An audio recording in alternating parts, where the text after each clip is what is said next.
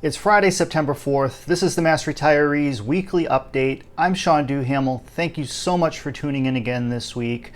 Let me kick things off by welcoming those of you who are new to our channel, new to these weekly updates, and most of all, new to our association. Just over the past couple of months, we have brought on over 1,000 new members, which is incredible. Summertime is usually a little bit of a lull. We're in the middle of a pandemic. There's a lot of upheaval going on, and the fact that we are growing our association, and as I said, over 1,000 new members have come on board just over the past couple of months. It's incredible. Welcome to Mass Retirees.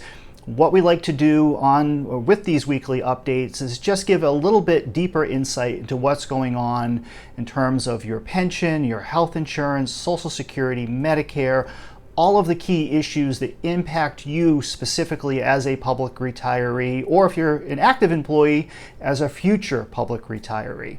And this is really a supplement to our bi-monthly newsletter, which right now we are working on our November newsletter. It goes to press at the end of September. You'll have it very, very early October. And the newsletter is chock full of all kinds of information about your retirement and about the activities of Mass Retirees. As I said, we try to make these weekly updates be a little bit of a deeper dive into what's happening. So again, if you're new to us, welcome here. And if you're not yet a Mass Retirees member, please consider joining with us. If you're a public retiree, you should be part of this association. We have about 53,000 members, just over 53,000 members from all walks of public employment here in Massachusetts. We are the only statewide organization representing all Massachusetts retired public employees. We have been around since 1968, so just wrapping up our 52nd year of existence. And it's all about serving you as retirees and advocating on your behalf and being here to help you when you need us. So with that, let me also thank all of you who took the time to participate and vote in the Massachusetts primary election, which was just held this past Tuesday. I know you know that the vast majority of our members vote time and time again.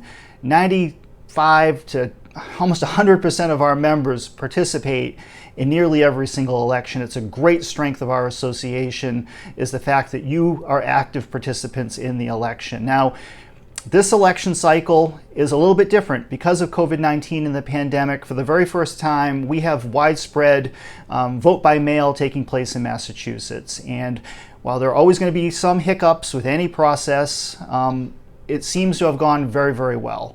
And at the end of the day, the most important thing is that everybody who is eligible to participate and vote in an election can do so, and you can do so safely. And as I mentioned last week, we did a recent survey of our members, and 70% of you indicated that you intended to vote by mail. Whether it was for the convenience factor or just the safety factor because of COVID, that many people, including myself, decided to vote by mail rather than take that added risk of going to a polling place and having to stand in line and just everything that went into it. It was just better this time around to vote by mail. But if you wanted to vote in person, you could still do so. So as of today, the numbers in Massachusetts for the primary are extremely strong. More than 1.4 million Massachusetts voters participated in this primary. That is the largest turnout for a primary election in Massachusetts since 1990. You heard it right, 1990, 30 years ago. It's incredible, and it makes me feel very old to think that it's been 30 years since Bill Weld and John Silber and Frank Bellotti and everyone else who ran in that 1990 primary.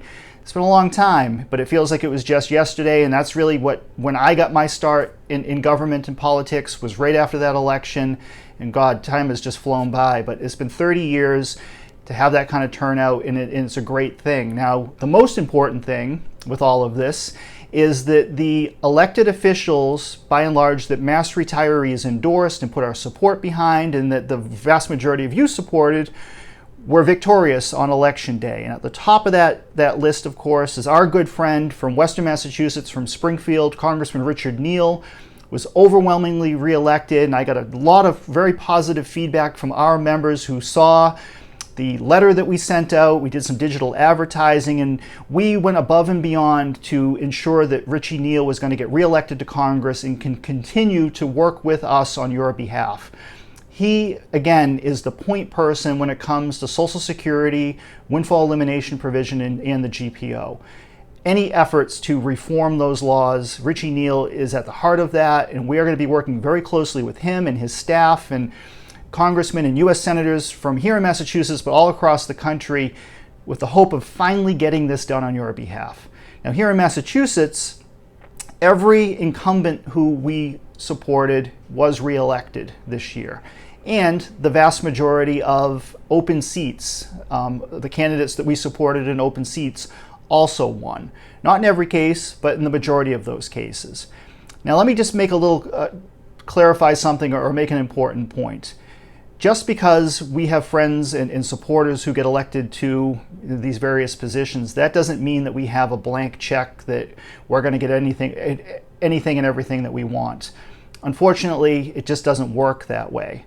Now, 26 years ago, when I was hired to come and work here for you at Mass Retirees, one of the key things that Ralph White said to me at the time was, the most important thing for us as an organization is to make sure that we always have the opportunity to get before elected officials and get before policymakers and make our case on your behalf. Have our day in court, so to speak, that our voice, your voice, is heard before decisions are being made. That's the most important thing. We never want to lose because we didn't have access to go in and speak with somebody. Now, having the right people in place who support you and make you a priority, that's half the battle right there. You're always going to be given the benefit of the doubt. But the honest assessment at the end of the day is that there are a million competing interests out there right now. Everybody wants a little piece of the pie, and unfortunately, not everyone can always get every single thing they want. But over the 52 years that Mass Retirees has been in existence, we have won more battles than we've lost. Our track record over the years is second to none. And as Ralph always liked to say, because Ralph is a huge baseball fan and a walking encyclopedia when it comes to baseball statistics, he always liked to say that if Mass Retirees were a professional ball player, would be batting 500 and would be in the Hall of Fame. And I truly believe that, and that's something that we take great pride in, and it drives us every day to continue to do better and better on your behalf. So that's where we are in terms of the election. Now, going forward for November, we are now beginning our November endorsement process. And over the next couple of weeks, we are going to be sitting down with Republican and Democratic legislative leaders, talking about who's up for re-election, who has opponents, and of those legislators, who has stepped up on your behalf. Again, it doesn't matter for us in terms of someone's party registration. We are a bipartisan organization. Our criteria in deciding who we support is very, very simple. We're going to support and endorse and stand with elected officials and candidates who have your back. So in other words, folks who support public retirees, support defined benefit pension systems, support and defend your right to high quality and affordable retiree health insurance. If someone steps up and makes those issues a priority and wants to help and support you on those benefits, then we're going to be with them. But if that legislator or candidate has a record or a position contrary to those benefits, we're going to stand against that person because they are dangerous to you.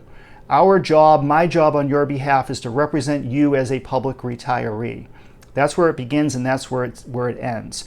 So you can look to our November newsletter. We'll have a full slate, again, of endorsements, both Republican, Democrat, anyone who stands with you. That's the process we're going through right now. And if you're a candidate watching this, give us a call. Call Frank Valeri, Tommy Bonarigo, Nancy McGovern, or myself, anyone on our legislative staff. Reach out. If we don't know each other, introduce yourself. We're always happy to talk. But we're not going to chase people around the state looking to make introductions. We're here. We've been here for 52 years. People know us, or they should know us. Our office is a half a block from the State House. If you would like to talk to us, if you'd like our support, if you want to work with us, give us a call. We are always happy and willing to work with anyone who supports public retirees.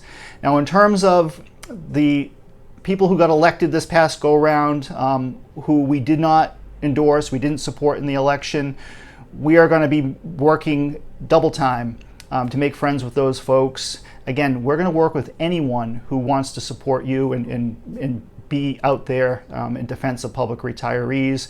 We are very loyal to sticking up and standing with people who stand with us, and that's one of the most important things for our association. So with that, I'm going to sign off for this week. Please enjoy Labor Day weekend. Enjoy what's left of the summer. I know here in New England it's supposed to be a spectacular weekend. Get outside, enjoy the nice weather, stay healthy, stay safe, and happy Labor Day, everybody. And we'll be back to you again next week. We have our annual meeting coming up on Friday, September 18th. So 2 weeks from today is our annual meeting. And we'll be getting information to you over the next week or so on how you can participate in that. But all the information, again, is in your newsletter. Thank you so much. Stay safe. God bless.